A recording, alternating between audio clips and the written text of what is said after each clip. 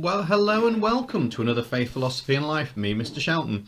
We've spent some time thinking about evil and suffering and why it exists and where it came from. And I thought today we'd have a bit more of a positive one. We'd think about how can we try and stop it? So this is really going to be a lesson that hopefully you can get onto FaceTime or something like that, have a bit of time with some of your friends to work together, because they've got quite a lot to do in this lesson, if not. So hopefully you're not isolating by yourself. At least you have communication with other people. If you're watching it due to isolation, if you're watching this for fun, yeah, I'm not going to comment on that. So my question is for you, how can we stop suffering in the world today? How can we stop suffering in the world today? Have a think of that, because here's our cheesy intro sequence.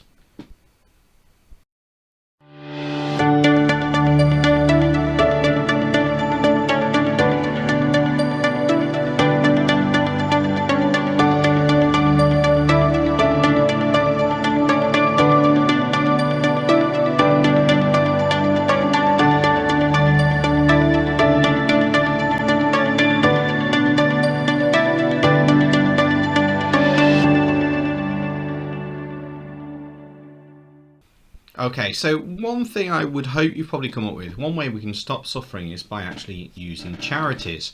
So here are some charity logos. Which of these do you recognise? Okay, can you come up with what these charities are? See if you can. So pause me now, see if you can work out what these charities are. They're all famous ones. I have made them a little bit harder by removing part of them.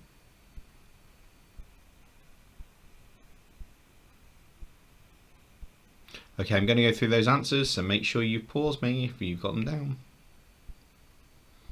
Okay, so we've got Mind, Save the Children, Cancer Research UK, the British Red Cross, the Worldwide Fund for Nature, WWF, the RNLI and the RSPCA. I wonder how many of those that you got. Yes, logos are always quite tricky when you take parts out of them. And also, I'd have a conversation with you about, do you know what those charities do? And that would be quite an interesting one. If you've got no idea, just spend a few minutes just doing a quick Google on those.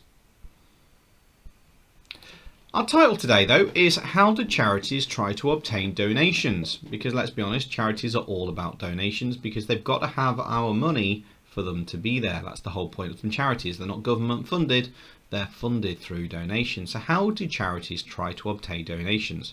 And we're going to explore one way of reducing suffering in the world.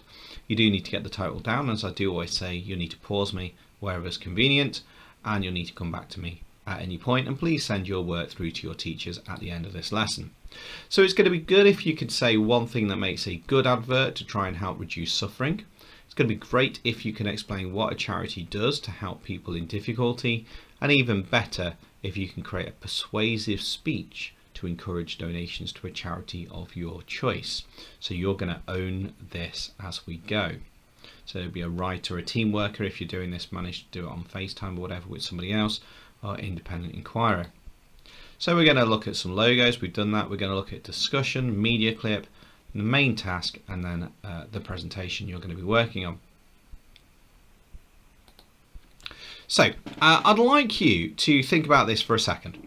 What makes a good advert, and how can you try and encourage people to give money on a TV advert? So try and come up with some ideas now. What do you think makes a good advert? Maybe a memorable advert that you can think of. I always like the John Lewis ones at Christmas personally. I always find them quite memorable. But what makes a good advert, and how can you try and encourage people that give money to give money on a TV advert as well? So pause me now while you do that, and just see what you can do.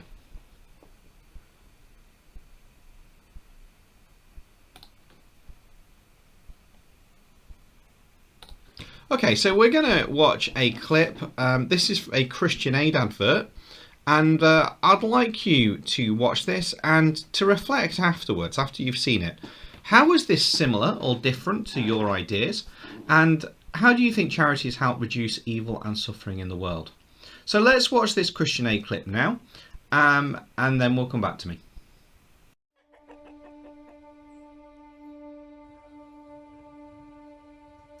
Lots of girls around the world don't go to school.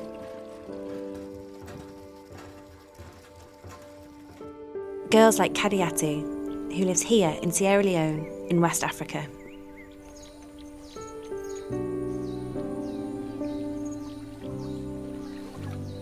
They may have to do household work, like washing clothes or walking to fetch the water for the family.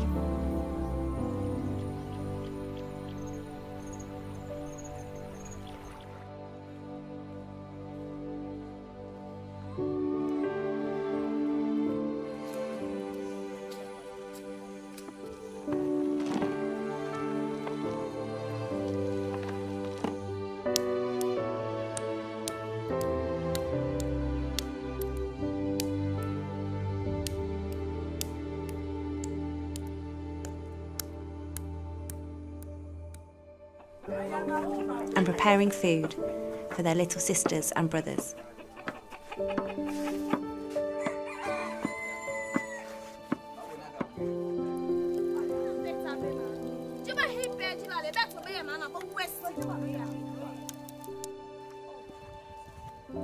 But going to school and getting an education can transform the lives of girls and boys around the world. Good afternoon, everybody. I am Jennifer Konamando Favor Kane.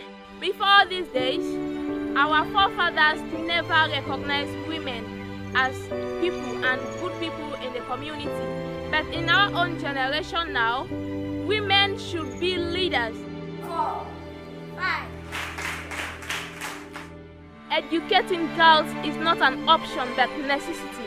So please, our parents, do send your girl children to school.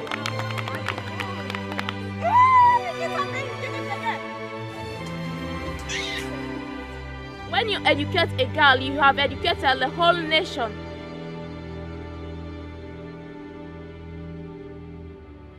Kadiatu is now in class 6. She loves playing football, basketball and skipping rope with her friends. Her favourite subject is science. She wants to become a doctor. Could you stand hand in hand with your global neighbours and speak up for young people? Okay, so now having seen that, how is that similar or different than your ideas? And how do charities try to reduce evil or suffering in the world?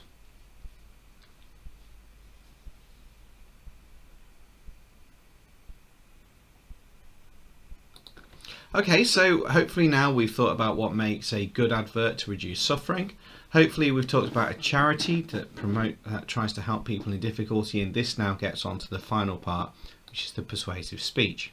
So I'd like you to think about a need in the world that's close to your heart, and you're going to create a charity name for that need.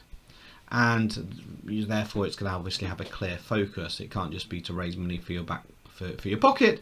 It needs to be to try and help somebody else. You need to create a logo for it.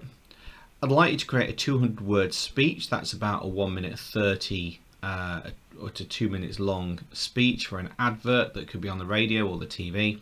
And I'd like you to create a poster advertising your charity as well. Hence doing this in groups. Now, if you're not in groups and you're doing it by yourself, then maybe start at the top, work down. You'll probably get to complete the speech, but probably won't get the poster done. But if you're a postery person, obviously make sure your logo's on that, and make sure there's persuasiveness within persuasiveness. I'm making words up. Make sure that your poster is persuasive to try and get people to give money to your charity as well. You've got the rest of the lesson to do that. Please make sure everything gets sent through to your teachers. I'm going to leave that there. Thanks for your time. Take care of yourselves. Stay safe. Wash hands. God bless you. And I hope you found this unit quite useful.